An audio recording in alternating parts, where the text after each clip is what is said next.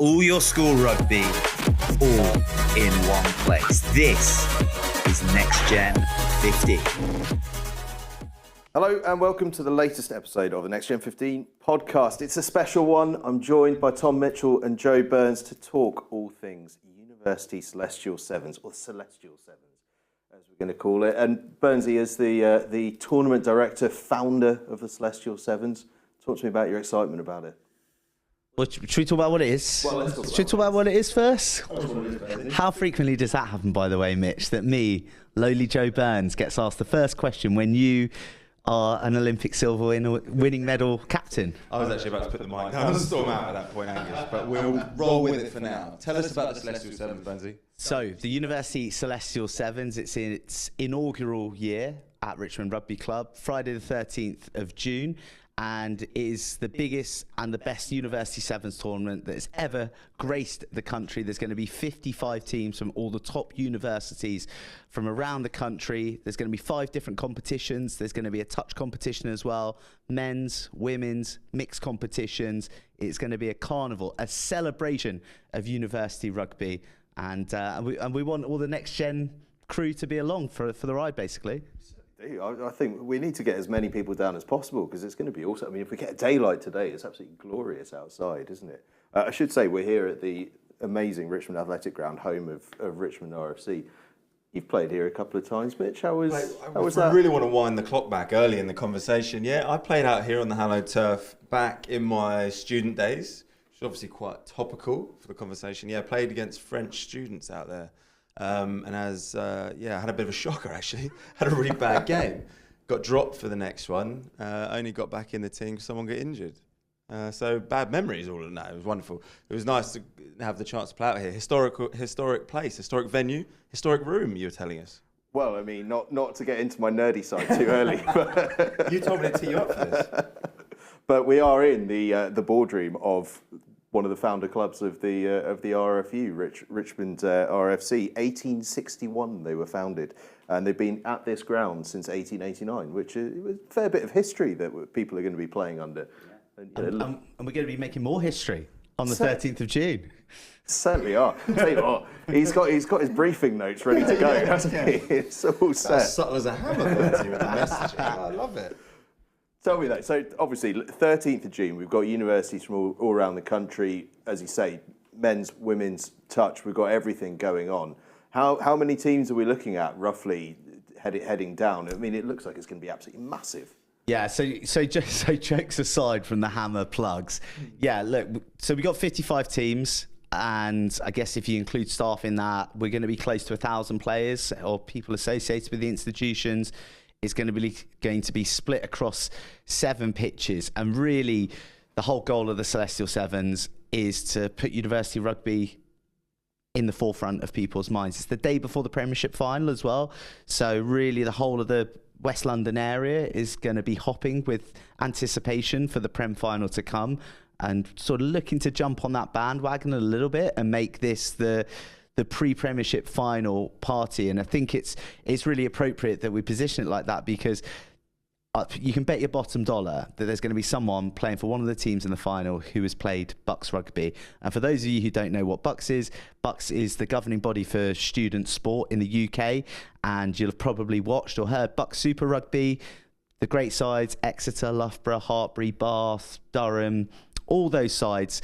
They're going to be coming here and playing, and they're going to be competing for 7 silverware. And this is something that I explored a while ago, and Bucks are endorsing this tournament, but there's also a number of other tournaments involved, like the Capital Cup, which is exclusively for the London universities, pitting those rich rivalries against one another. But really, I wanted to create a marquee Sevens event for university institutions, for the rugby public to connect with, and also to create a pathway for players to get international honours. GB Sevens, who Mitch obviously represented with great aplomb, are all over this. Like, they really, really see the value in student rugby. They see it as their gateway to the next generation to pull on the GB jersey and play on the World Rugby 7 series, globetrot around the world. And feasibly, you could be seeing players out here on the 13th who are going to go on to become Olympians in LA in 2028. And they're going to be here en masse, GB. The coaches, the players, they're going to have their binoculars, and they are legit looking at these players saying, are these guys, are these girls for us? Like, do we want to take them on the journey for the next 3 years? And like, I think that's so exciting as a player. It's a journey that you did like many moons ago, Mitch. Yeah, I think you make an amazing point about the university game being a feeder for top-level rugby. And it's probably something, the narrative, we don't talk about a whole heap. The number of players playing Premiership rugby, playing international rugby that you'll see at Twickenham, so many of them have come through a university setup. And I think they've, generally speaking, everyone's incredibly proud and really values the experiences they had at uni. I was exactly the same. We had a few guys in my kind of tenure of England and Great Britain Sevens that came through uni's game. It was an amazing time to develop as a person and as a player. 100% lean into that experience as being a foundation of why I was able to actually go on and have a semi-decent career at the top level. And I think those people who have been involved and have seen university rugby for a long time understand the value of it, understand the quality that's happening. And I think the great thing about the tournament's going to be going out here, the Celestial Sevens, is it's just going to shine the light on a bit of that talent, shine the light on the opportunities that are there for the players, which probably don't get talked about all that much. So it was a really exciting aspect of it. Yeah, and I think that we're passionate about Sevens, aren't we? You know, yeah, and I'm actually talking of the passion. One of the reasons I'm glad, and we need to buy some tickets and get on down here, guys, is because I've had Byrnesy on the phone regularly, and I've had to just maintain and manage his excitement by myself for a lot of this build-up period. So I want him to be able to share it with some other people. Well, I was going to say we share the passion. Obviously, you know we're old mates, but you know I feel embarrassed to say you're one of the greatest players to ever pull on the England jersey, the GB jersey, and when I interview players from around the world, like Fijians, South Africans, Kiwis, and we talk about Dream Sevens and stuff like that, like Mitch gets mentioned regularly. So, like, hugely respected. And me, lucky enough to commentate on the World Series. And I don't know, Sevens sometimes gets overlooked, doesn't it? Not at schoolboy level, that's for sure. You know, we all see the national school Sevens and what a big occasion that is. But certainly as you become an adult, you know, it doesn't get the love. And for a lot of these students, the cold reality is, 1% are going to play big time pro. They get there's over 100 players who've come from Bucks Super Rugby and Bucks to have played URC or Premiership. That's from the men, and there's way more who play PWR in the women, but that's still very few and far between. And I think really what I'd like to open the pathway and the eyes of these students is that you can have an incredible career and life playing Sevens. You've gone all around the world. Your carbon footprint is a disgrace, Tom Mitchell. But I do recycle. And I'm not National 1's great, National 2's great, the Championship is great, but how often are you going to get an opportunity to play in Hong Kong in front of 60,000 people going wild? And you can do that with Seven and play against Sevens and play against the likes of New Zealand, Fiji, Samoa on a regular basis. And I just think that if I'm a talented player and it might not be working out professionally for me, then this is the option. Tom, you can speak to this probably more so than anyone in the world. There was a period, particularly England Sevens back in way back when players from academies maybe were going and spending a bit of time with England and then going back into the 15-a-side setup. That went away a little bit, and there's almost seems to me like a layman on the outside as though there is a gap for some sort of pathway progression towards Sevens, and university feels like almost the perfect setup for that, where you've had guys and girls who've come through school and they played a lot, as Byrnesy said, at the National Sevens. Then they come to something like the Celestial Sevens, and there's a route there to GB. There's a route to that Sevens circuit that maybe was a bit more disjointed in the past, and perhaps there's an opportunity for that to link up a little bit. Absolutely right. You've nailed it. We've for a long time been aware of that gap, and for a long time been trying to put some stepping stones in place to connect up with people.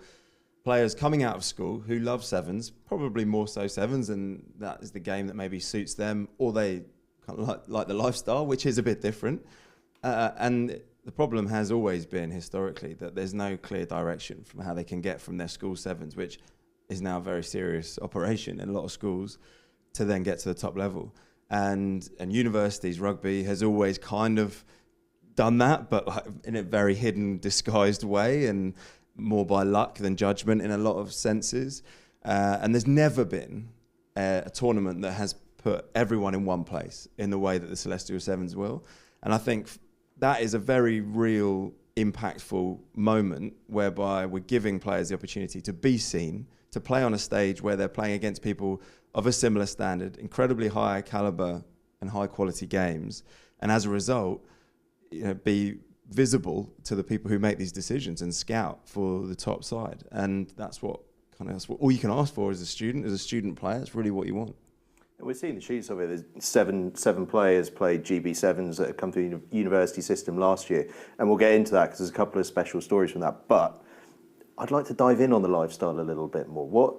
Tell me about the lifestyle, because we all hear how great it is, but here's a man in the know. Tell us a bit about it. I was going to bring this up when we talk about the history of Richmond Rugby Club, because I thought actually you've probably got some great personal history about the club here, the after hours history of Richmond Rugby Club. That's my attempt to try and leg glance. That is a deflection. Leg glance down to there. That's probably where I was most impactful, if it's nice, rather than the field play. Byrnes's best appearances definitely in the bar after the match rather than on the field. That's to be fair, I'm probably the opposite actually, which is the boring answer to the question. No, I mean it was very fortunate to have gone to some amazing places, ridiculous list of destinations that I've been to over the years, playing sevens, and not just the destinations as in like the amazing cities that we used to go to globally, but brilliant places to play the game, packed out crowds. I mean, you've seen it from being up in the comms box, and the atmosphere at these tournaments is probably an atmosphere that only sevens fosters, and obviously you get huge crowds at 15-a-side test matches, things like that, and of course got the British and Irish Lions coming up, which will be unreal in terms of atmosphere. But the scale of the tournaments and the energy and the buzz around a sevens tournament is probably unrivaled, and a lot of that is the excitement of people going to have a good time. And people often ask, like, did you have a problem with that people might not be coming just for the rugby? I was like, absolutely not. Like, in my eyes, rugby is a vehicle for enjoyment amongst other things. So and kind of sevens dials that up to the max. Of course, there's serious elements to it, but it was great seeing people utilising sevens events where we were doing our thing to come and enjoy themselves and make some memories that they were going to hold on to forever. Whilst we made some memories on the field, we held on to forever, and then made some in the bar that we promptly forgot the next day. Hong Kong will do that. Hong Kong will do that. Actually. I just thinking of the last time we toured together, Byrnesy. It was actually Hong Kong. No, it wasn't. No, we've toured since then, but it did just spark a thought in my mind about you wandering down the steep hill. Well, you and I together wandering down the steep hill through a mess of sevens players who had gone out and enjoyed themselves post-tournament. It's always messy because the problem is everyone's exhausted, incredibly dehydrated, and then you've been living quite a strict lifestyle for a while, and you have a chance to let it all go, and it doesn't always end well. Yeah, that was a bit of an all-star cast actually in Hong Kong, because it was you, me, Dan Norton, the greatest try scorer of all time, and Ruby Tui. Remember Ruby Tui was with us as well, so it was it was pretty good. But I think we've both had a lot of experience of the Dubai Sevens, and there's a lot of English and Welsh and Scottish people have been there because there's big expat community. It's easy to access. But the way that Dubai set up for the youngsters who are tuning in who've never been, you have to go. First and foremost, you have to go. They have the main stadium pitch. They've got the main grandstand pitch where all the international action takes place. And then surrounding it, they have probably another 7 pitches where they have a lot of sub-tournaments, invitational tournaments, regional tournaments, and they're all happening as the international stuff is playing. So atmosphere-wise, it's just, I don't know, that there's just a relentless buzz of rugby and games going on, and you'll look over to a random pitch and you'll see a famous international playing with their mates in a sevens competition. And then as the tournament progresses, all these pitches begin to close down and the finals take place on pitch 1 in front of the big stadium, in front of all the fans. And that's what we're trying to create here at Richmond for the Celestial Sevens is that pitch 1 is going to have a lot of the top level action, the universities that everyone knows very well in the championship, both men and women. But there's going to be a lot of other competitions going on around the fields. But then as the day goes on, the big matches are all going to be zeroed in on pitch 1. And hopefully we're going to have pitch 1 absolutely jumping. I think it's around 5 o'clock the knockouts start on pitch 1. And then it's finals 7:30 till 10 back to back on pitch 1, so it should be pretty good under the Friday night lights. It's going to be brilliant. I mean, as you say, Premiership final the next day, URC final the next day as well. So, loads of interest going on. We're a week away from the first Lions game when they're off to Dublin to play Argentina. It's a rugby hotbed at that point in time in terms of just everyone's interest is on the game. And we're going to have this great festival of action here. And as you say, we can see out behind us, there's a sea of pitches here at Richmond Athletic Ground. It's just going to be absolutely packed out. Knockouts at 5. We're going to have people finishing work early and getting down here, hopefully for a bit of early evening sunshine. It's what Sevens is all about, isn't it? There's a hell of a venue for it, isn't it? It's perfectly set up with all the surrounding pitches. It's sort of like purpose-built, isn't it? It feels like, it feels like if you were going to design a setup for the Celestial Sevens, this would be the perfect setup. But there is something around that about having multiple kind of tournaments running, multiple games going on, and just this build. And we've experienced it as a player and as a fan, fortunately, and it just culminates in this amazing atmosphere as you get through to the evening matches. And I'm getting quite excited thinking about it already. Yeah, and like sort of talking to the next gen audience specifically, I think the reason that we really wanted to jump on, obviously because everybody at this tournament starts in school and no one puts them in the limelight like Next Gen. I mean, would anybody even be talking about Henry Pollock if it wasn't for Next Gen? You're welcome, Henry. You're welcome. Maybe more years. Yeah, exactly. Couldn't have done it without us. 3 tickets, all the tests. Thank you. The reason it's important, I think, is for all your listeners, your viewers, everyone who engages with you, this is the next step on that rugby educational journey, because a lot of kids are going to be thinking of going to university. A lot of parents are going to be thinking their kids are going to go to university. This is the only chance you get all of these unis here playing rugby. It's the only chance you're going to see them in action and not just see how they play on the field, but also understand the tribalism attached to the support.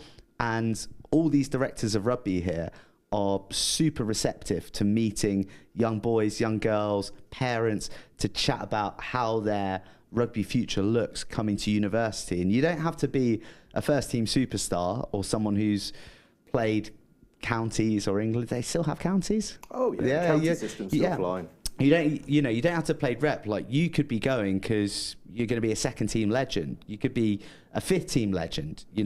So long as you're there playing rugby, that's what we want. And this is a gateway for students, well, for school kids and for parents to come and see it in the flesh. And that's a good point you make, Adji, and it's worth us making to people, isn't it? That all the directors of rugby are going to be here, and they are absolutely open to people coming and chewing their ear off for half an hour about wanting to come to their uni. 100%, yeah. Like, if I'm a school kid, if I'm a parent whose son or daughter is looking at going to university next, most exams are over. Pretty sure most exams are over, even if they're not. It's a Friday afternoon. No one has exams on Saturday. No exams on Saturday. It's good. Give yourselves a bit of a break, mentally refresh. Exactly. Have a little sorbet. Cleanse the revision. A mental sorbet. Cleanse the revision palette with a bit of rugby sevens in the sun down at Richmond FC, and come and see the next step. Like that. That's 100% what I'd be doing. It is a good way of feeling out. It was a while ago for me, but I remember it's hard to gauge the next step when you're leaving school and you're trying to choose university. And if rugby is important to you, or even if you just want to get a feel for what universities pride themselves on, what the culture's like, it's hard to gauge that from a prospectus. And actually coming down and speaking to some people who are there in an environment that might be familiar to you is golden. And there aren't many chances to do that.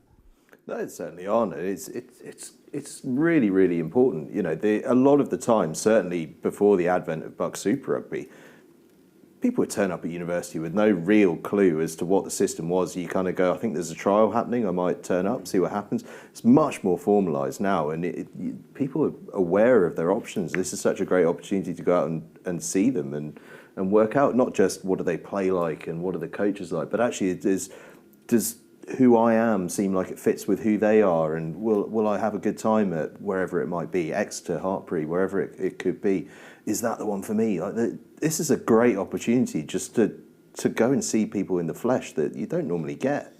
Yeah, Matt, I think you make a good point there, because the nature of rugby these days, a lot of players are pre-ID'd. You know, there's going to be players who have been nailed on going to Bath, to Loughborough for whatever reason for a long time because they've got big reputations.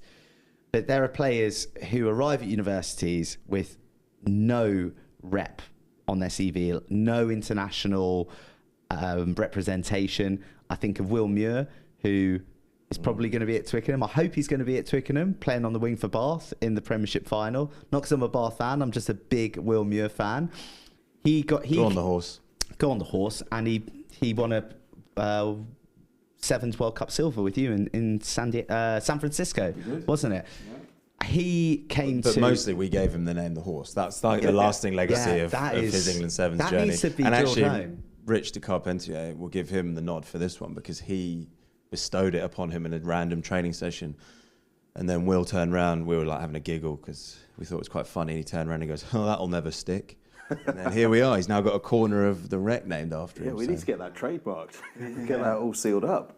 Like it's so ubiquitous. Like, can you think of a name at the moment in sort of Prem Rugby that, I mean, like commentators and presenters call him the horse? I don't know if that exists anywhere else around the game. I've never seen it anywhere else. No, it's absolutely incredible. But you're right. He was he wasn't on the radar coming through, particularly coming out of school. I was actually, when you were talking there, I was kind of thinking about my own journey.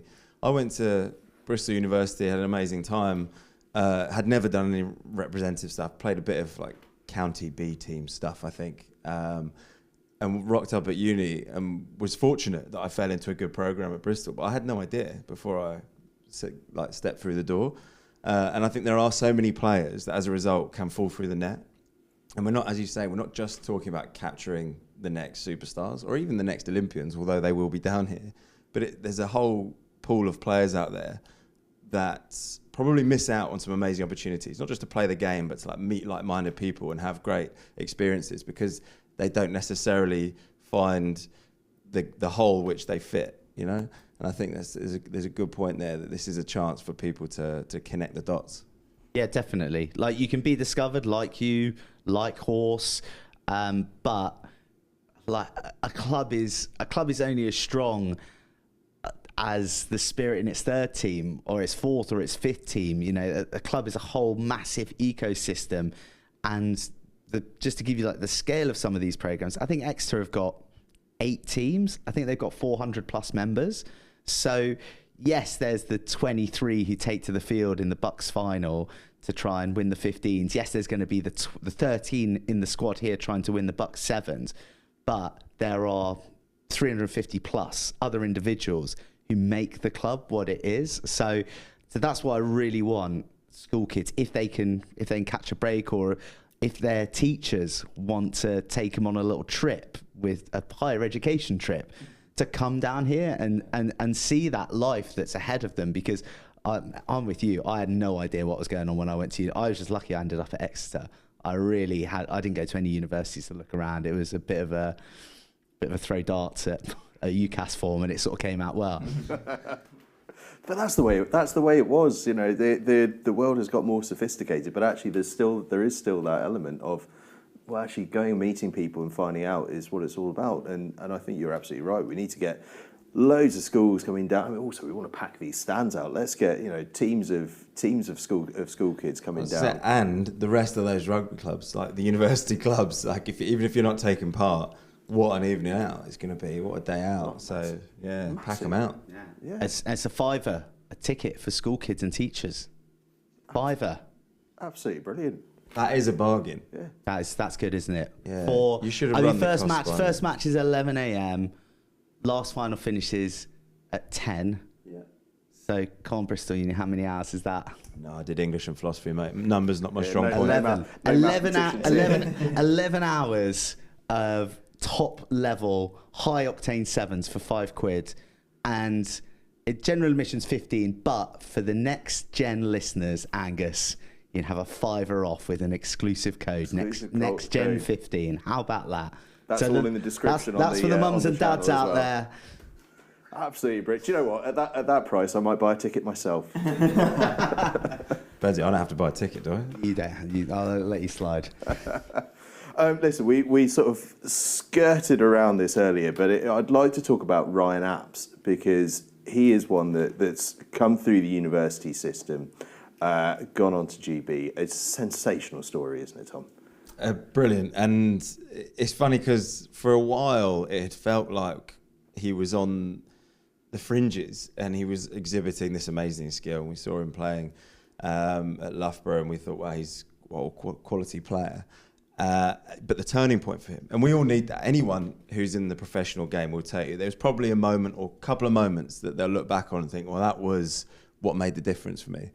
And the reality was for him, it was getting the chance to play at the top tier university sevens tournament in the country, the first of its kind. And he was spotted, scouted, and off the back of it was brought into the GB Sevens team and appeared on the World Series at the top level.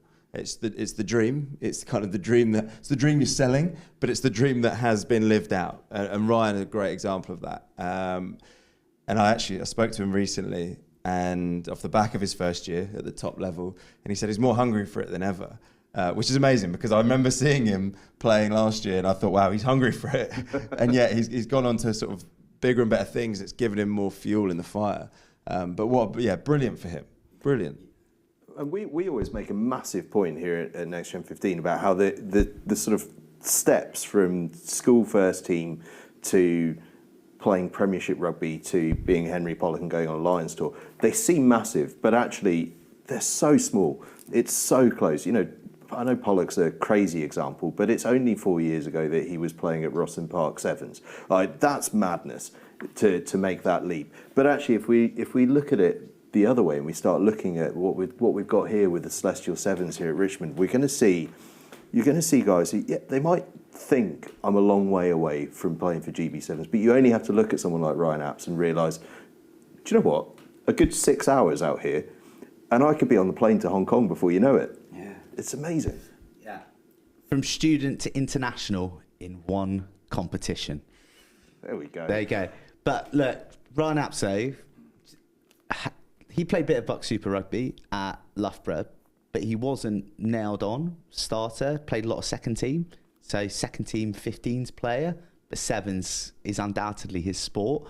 So, you know, 15s may not be your game. You may be destined to excel at sevens, and this is the opportunity. This is the shop window, because I do think that players get lost as well, don't they, in the 15s game, who actually take a few more players off the field and alter the structure. They're going to thrive.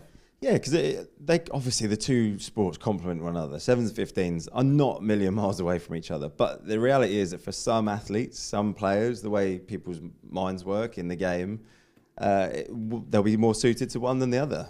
And unfortunately, the weighting, because of the way the rugby's set up in this country particularly, if you're sort of more suited to sevens, the chances are you're going to fall away from it, or that, because there's not that pathway that we talked about, and it's not that well structured. The holes in the net are bigger than they are in the 15-a-side game. So if that's your thing, if sevens is your thing, sometimes it's harder to kind of stay on the road and stay on the path. And that's why, you know, anything we can do to kind of close the holes in the net in that side of the sport, the better. I'm not going to ask you to pick out the next Ryan Apps, because that would be unfair. But Byrnesy, you've seen more university rugby this year possibly than anyone else in the country.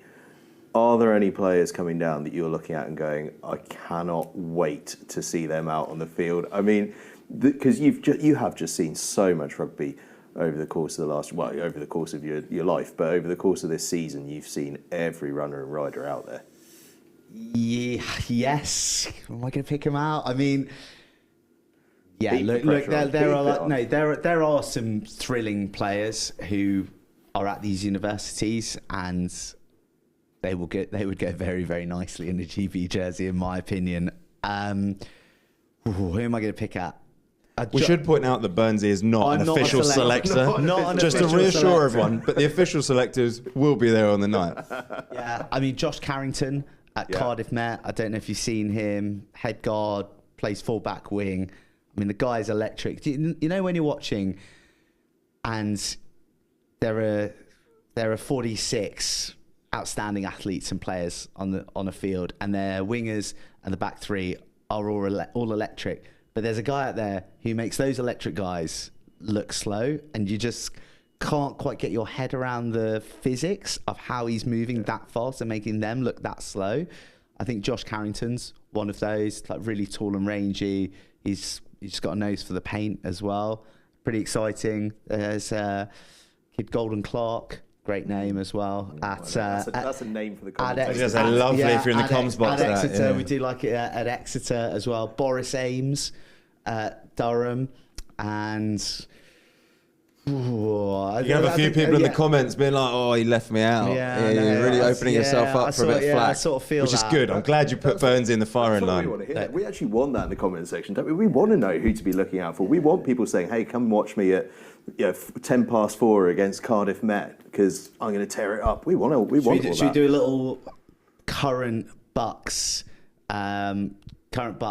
like Dream 7 from the season for men and womeners? So we can do a men's one, we do a women's one. Yeah, so women, Super Seren Singleton from Cardiff Met. Ooh, who else has been good? For a man that didn't want to pick out names, Carmela Morale for Loughborough as well this season. I think she's player of the season. So yeah, I mean there's ridiculous talent. It's honestly the players that are going to be out there are going to be brilliant. But also, given fingers crossed the way the weather's looking, we could be in for some really special stuff. I mean, when you get a good track, there's nothing better than the game of sevens. I feel like you're cursing it. Yeah, I feel like you're cursing it. We are precisely 1 month out from the competition, and I'm very, very worried that we're taking all the sun for the rest of the using up all the good weather now. But I mean, how good does Richmond look though? In the sun, it's all decked out for sevens. I'm obviously completely biased because this was my club that I played for. But in terms of a location of a club to be hosting a tournament at, I don't think you get any better than Richmond. And Richmond's a club on the rise again, just been promoted to the Championship.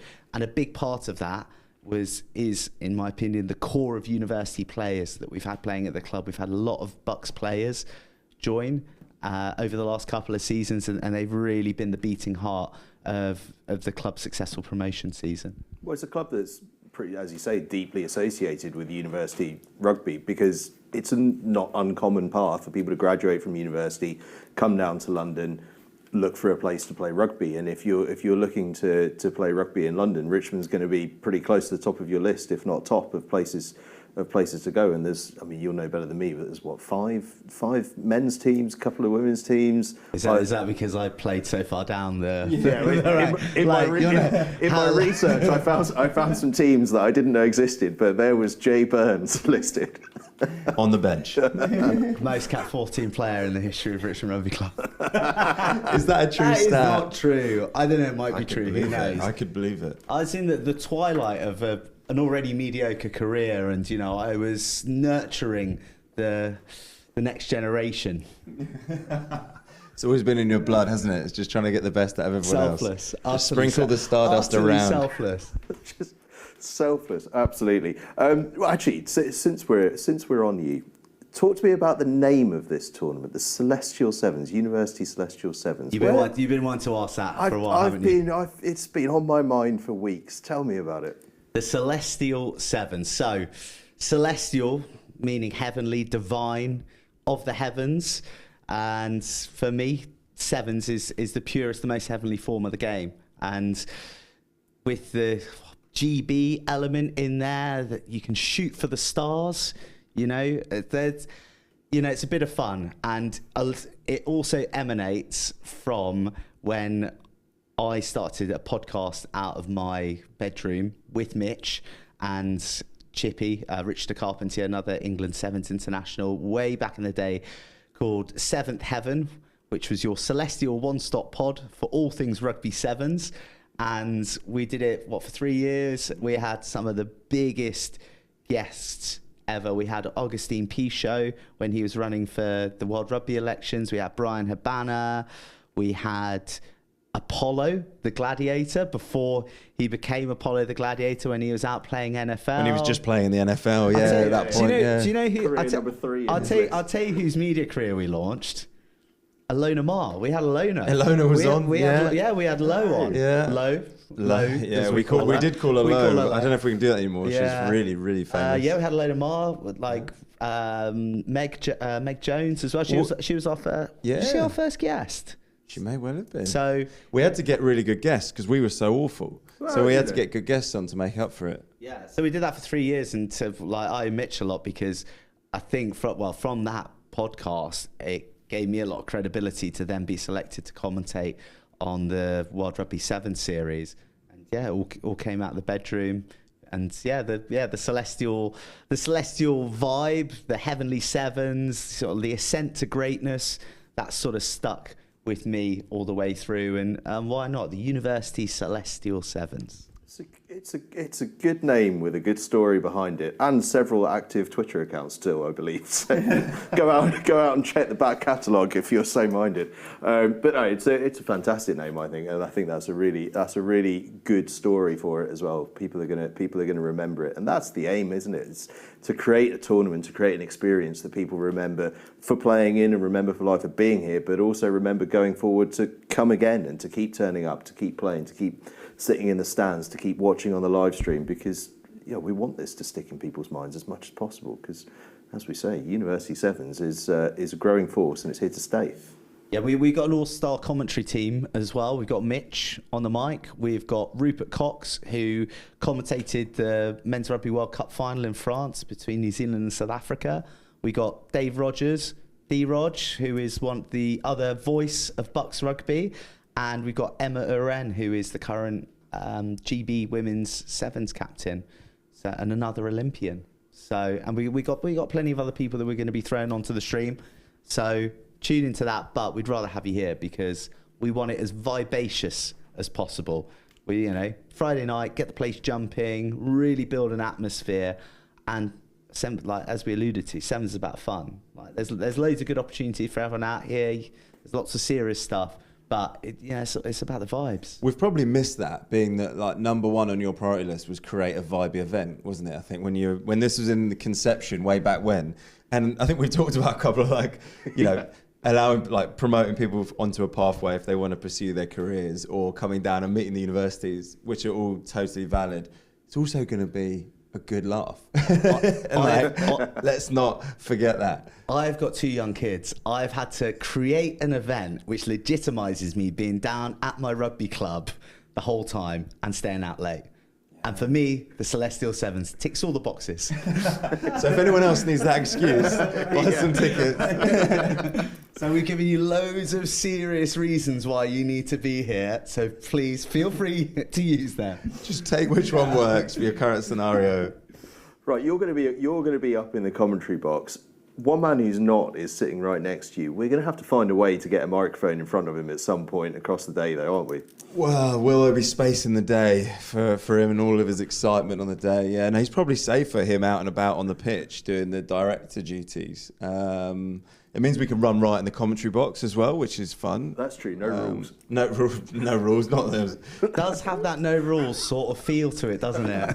What, the whole event? Whole event. Yeah, there will be a few. Do you know who's enforcing? Do you know who's enforcing the rules? We've got George Selwood is in charge of all the referees. So international referees as well. International referees here as well. Yeah, got to. Yeah. I think, bouncing around the value, like what we're offering down at the tournament, but we probably did swerve that in terms of the action that's going on pitch one a little bit, just reinforcing that there's a reason you get world-class referees down to do it. It's because the quality of the games is going to be world-class.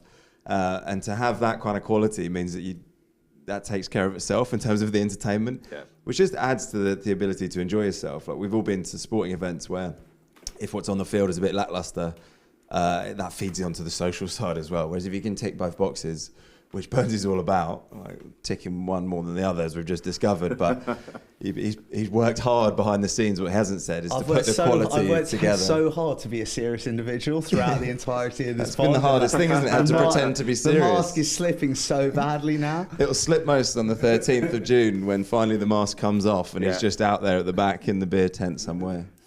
So, somewhere just approaching the final, it all slips away. No, it's awesome. We can't wait to get cracking with it. It's going to be absolutely brilliant. Mitch, on a totally different tangent, what are you up to these days? I've got my mask fully on in terms of trying to pretend to be a grown-up now. So since stopping playing, I've bounced around a bit of commentary, bit of media stuff in the game, but also trying to take some of the lessons from sport around like leadership and performance and teams into businesses. So I'm now doing that with a company called Unthink. We're a small consultancy firm. And it's cool. It means I basically get to try and help people be the best they can be in their own worlds. And we do it in quite a fun way, in an engaging way. And it means I still have enough time in my week to come and chat about University Sevens and get down for a day to commentate on the Celestial Sevens. I'd always make room for that. I'd always make room for you. Have you tapped them up for a bit of sponsorship? Because that sounds like that's what should be happening there. That's a good suggestion, Mitch. We'll How talk. deep are those pockets of yours? We'll talk. We'll talk. Are open for sponsorship, though, to anyone tuning in. Well, what an opportunity it is. I mean, some of the best young players in the country. It's all going to be broadcast live. There's going to be hopefully thousands of people here at the Richmond Athletic Ground. It's a cracking opportunity for a bit of sponsorship. Definitely well worthwhile. Keep note of that. There's plenty to be looking out for. We're looking sort of deep into the tournament. Tell me a little bit about it again, just to remind people, because we've got men's tournament, women's tournament, touch tournament. Is that correct? Just to give a flavour of exactly what we look like. Yeah, correct. So we have an 8-team touch tournament that is mixed, and that's endorsed by the England Touch Association. So they're going to be running that. Touch, for me, is a magnificent game. Absolutely love playing touch. I think the skills it teaches you as a player are completely transferable. My opinion is that the reason that the Kiwi and Aussie women are so much better than everyone is because they have a culture of playing touch. They've grown up playing touch, and you see the way that they ID space, that they manipulate defences and move so fluently. It all comes from touch, in my opinion. So that is really cool to have them on board. And I got to say, as a bloke, when I played touch actually in Old Deer Park down there socially on a Wednesday evening, I played at Richmond for many years, and we've got a thriving women's team, and we're all friends. I never played with any of the girls here, but because touch is mixed, I've got to play with a lot of the girls who I was mates in the club with for a long time, and it is really, really cool to be able to do that. Obviously, it's non-contact as well, which lends itself to battered and bruised bodies, and it's a rapidly growing part of the game as well. So pumped to have England Touch on board. And then for the rugby sevens, 5 tournaments, the men's and women's Bucks championships and the men and women's Bucks trophy. So they're for the non-Super Rugby and Premier sides. And then the Capital Cup, which is going to be the historic universities of London pitting themselves against one another. So your likes of Imperial, UCL, KCL, St Mary's, some of the medics in there as well. Yeah, some of those rugby clubs are almost as old as Richmond. And yeah, just wanted to sort of like give a platform for capital bragging rights, really. So, I think that's enough teams for my small head to wrap around this year. But the scope is to grow this year on year. And as I said, I think I use the word carnival, like really make this a carnival of university rugby all through the spectrum of caliber of player, but just keep that celebration of university rugby at the heart of it. And the main thing that I want every player, every person who's been here to come away having had an awesome day. Like win all your matches, lose all your matches, be supporting, have your kid playing. I want you to come away with that good feeling that you get exposed to so much on the school circuit. I think the game is, people talk a lot of negatives about the game. There's a lot of disillusionment with the pro side. But I come away from university and school and I just feel enriched. If we can just like, it distills down all the good parts of the game and you just have it in one spot. And then that's what I'd like to achieve here, and for people to leave with that feeling. That's absolutely what it's all about. It's all about that sense you get at the end of it, that everyone's just had an absolute blast playing the game that we all love. That's the whole point. We're going to stick these bits in the description, but just so that people are listening and watching, where can they find out more? Obviously, Instagram and the website are the two key spots, aren't they? The University Celestial Sevens, Friday the 13th of June at Richmond FC. You can catch more details at Celestial Sevens. We're on TikTok, Instagram, and probably some other things that I don't understand. www.celestialsevens.com. You can get tickets there. The discount code for Next Gen listeners is going to, it's all in the description. It's going to be in the description and all of that. If you want to make a full day of it, the first games are at 11 a.m. If you want to come down after school, after work, the knockouts start from about 5 p.m. and they go all the way through till 10 p.m. So it's the whole beast, snout to tail. Fantastic. Right, before we go, we're going to do a little unscripted, unprepared for little piece here with you, Mitch, which is a dream Sevens team that you've played either with or against. Oh, you're going to make some enemies here. And you have played against and with some serious players. I have to be, I'm heavily sleep deprived at the moment, Angus, with 2 young kids. So you're asking me to dive deep into the memory banks here. I'll do my best. Speaking of kids, just want to give a shout out to my newborn Magnus, 5 months old, who is asleep in the room next door. Remarkable. He's asleep in the kitchenette of this building that we're in here at Richmond Rugby Club, and we haven't heard a peep. You've got to do whatever it takes, haven't you? Good on you, Maggie. Small mercies. He's clearly got rugby in the bones. He knows what it's about. Wow. Right, so I'm just going for it, am I? Just starting from scratch. You're just throwing that at me. Yeah, we're going to throw it to you. We'll start in the start up front. Okay, we'll start up front. So, Ardy Surveyor. Big name drop to go early towards. Prop, yeah. Is this from? I can choose from anyone I've played against. Anyone or with. you've played with or against. Yeah. Okay. Yeah. He'd be in at prop. Unbelievable. What did Ardy do to you? Did he just absolutely own you? I don't remember any personal issues with him. I just remember him being unbelievable. Obviously. Obviously. Turns out he's quite good. Turns out he's decent. On the other prop, Rich the Carpentier. Yeah. Chippy.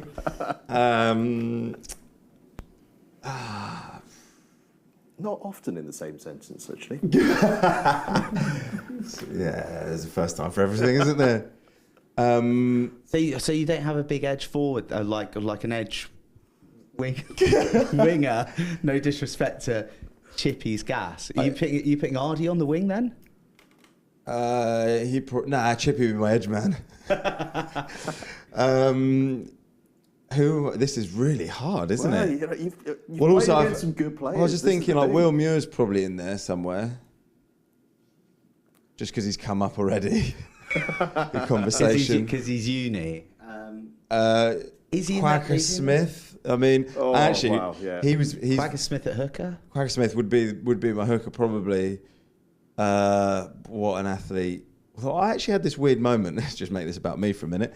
I manhandled him once in Hong Kong when we played them back in whatever year it was, and it was like a weird out of body experience because he's obviously freakishly strong.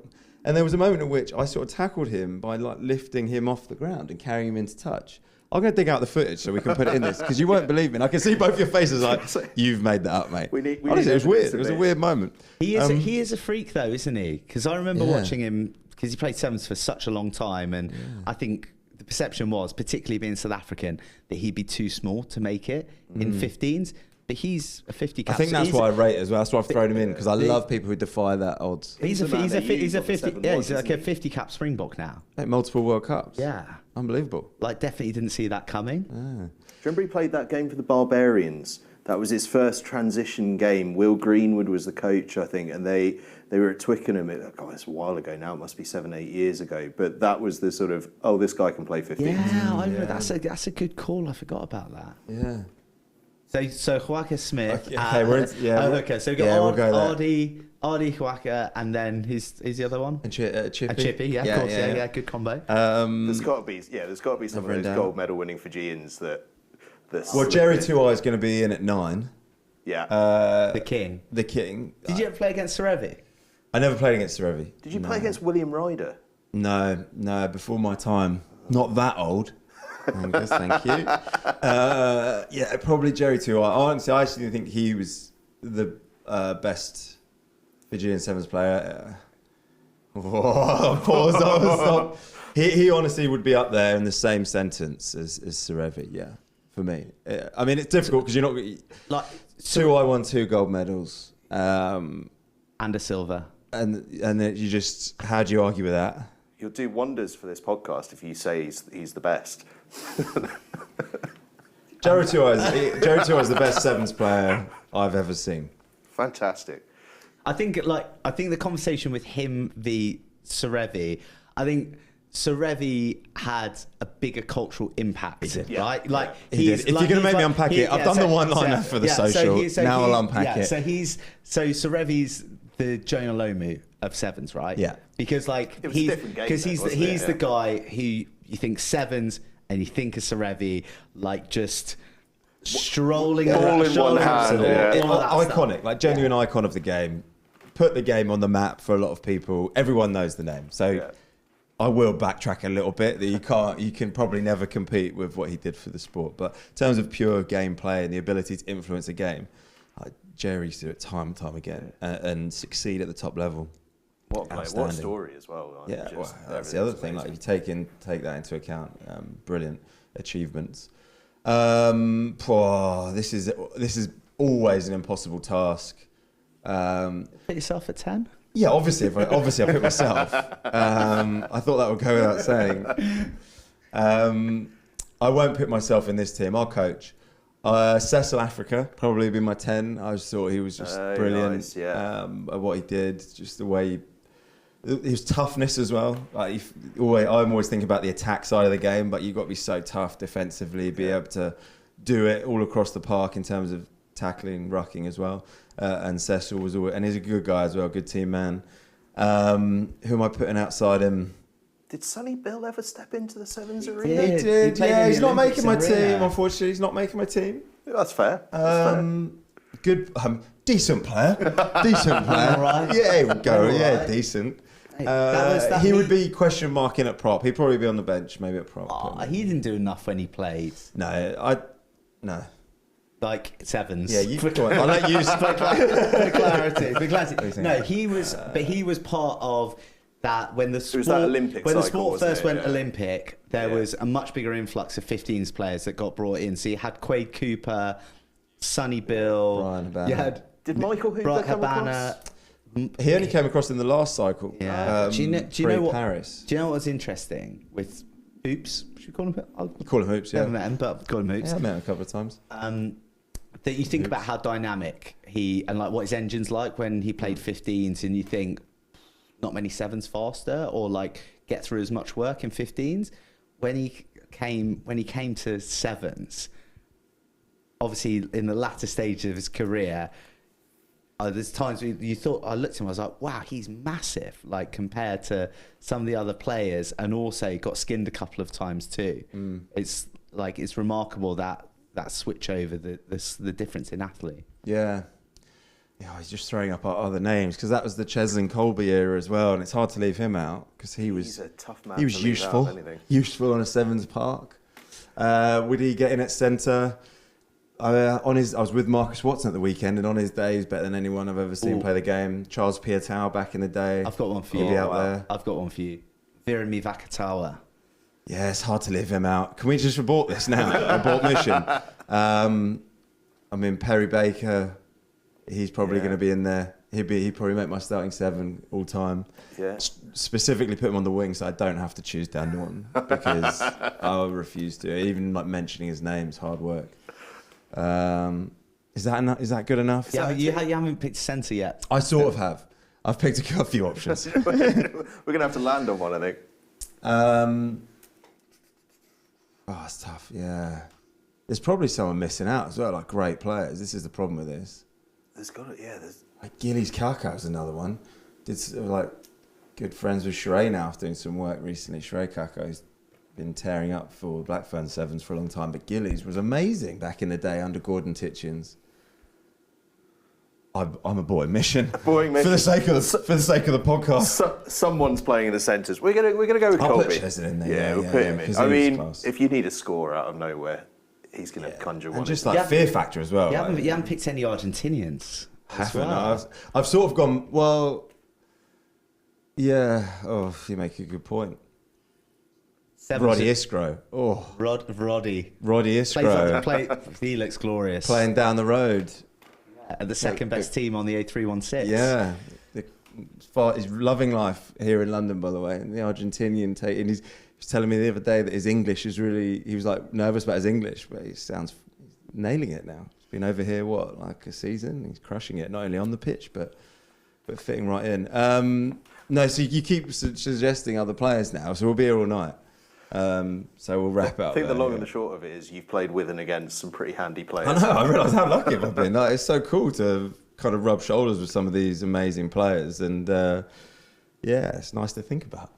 Certainly is, right. Well, what we're really all leading towards is that we could be watching some players here in 1 month to the day's time who could well be on the next team that gets selected, because this is an opportunity for people to make their name, make their case, and shine under the lights and get themselves onto a GB circuit, or indeed any other circuit. I'm sure there'll be some coaches tuning in from all around the world who would be very interested in a few of those players that are out there. So it's going to be a special day and a special evening on the 13th of June, Friday the 13th of June. Special day. Spooky. Right, gents, thanks so much for joining us. You can find out more. It's all in the description. Celestial Sevens on Instagram and on TikTok, and as Burnsy says, Celestial Seven or University Celestial Sevens, I think it is on the website. Is that right? It's all in the description. We'll make sure you find out exactly where to go. 13th of June, Next Gen 15 watchers, viewers, listeners get a discounted entry price of just £5. It's going to be a very, very special day on and off the field. I can't wait, and I know that you two can't either. We'd love to have you. Come on down. Thanks very much, chaps. Well done. Celestial Sevens coming to your screens Friday the 13th of June.